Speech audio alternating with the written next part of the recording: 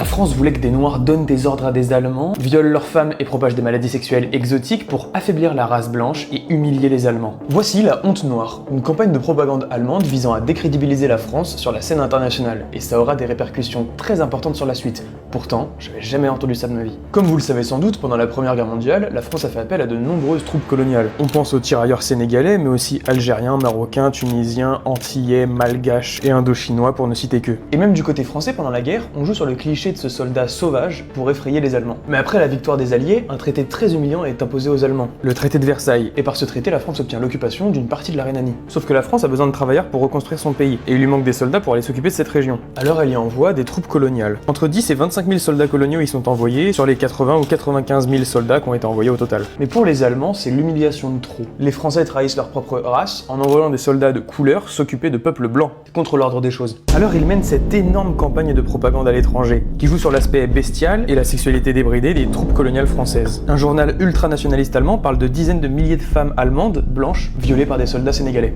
Ce qu'on cherche à discréditer avec cette campagne de propagande, c'est pas tant les soldats coloniaux eux-mêmes, mais c'est vraiment la France, qui fait vraiment honte à la race blanche. Sauf que maintenant, c'est un tout autre hymne que chante la France, qui revendique une égalité de traitement, qui ne voit pas les couleurs. Les tirailleurs, sénégalais notamment, ont participé à grande hauteur au succès français. Il est donc normal qu'ils participent aussi aux conditions de la victoire. En plus, la France cherche à montrer que sa mission salvatrice est réussie, et qu'ils ont réussi à civiliser ces peuples. Mais les efforts français pour décrier le discours allemand ne suffisent pas. Et la honte noire trouve un succès très particulier en Angleterre et aux États-Unis qui, en 1920, on le répète, ont toujours un système très ségrégationniste. En 1921, une manifestation de 12 000 personnes a eu lieu au Madison Square Garden pour condamner l'horreur noire sur le Rhin. Alors un émissaire américain est envoyé pour constater l'état réel des choses. Il s'appelle Henry Thurman Allen et d'ordinaire, il ne lésine pas sur ses critiques sur la France. On sait donc qu'encore une fois, il ne prendra pas de pincettes. Et que dit donc son rapport? Eh bien, il atteste de viols commis par les soldats coloniaux envers les Allemandes, certes, mais il parle de seulement 60 plaintes pour viol. Certainement pas les dizaines de milliers annoncées par la propagande allemande négrophobe. Et il statue que la présence de bébés métis dans la région est surtout due à une réelle attirance des femmes allemandes envers les soldats africains. Mais toute cette campagne de désinformation aura quand même de lourds impacts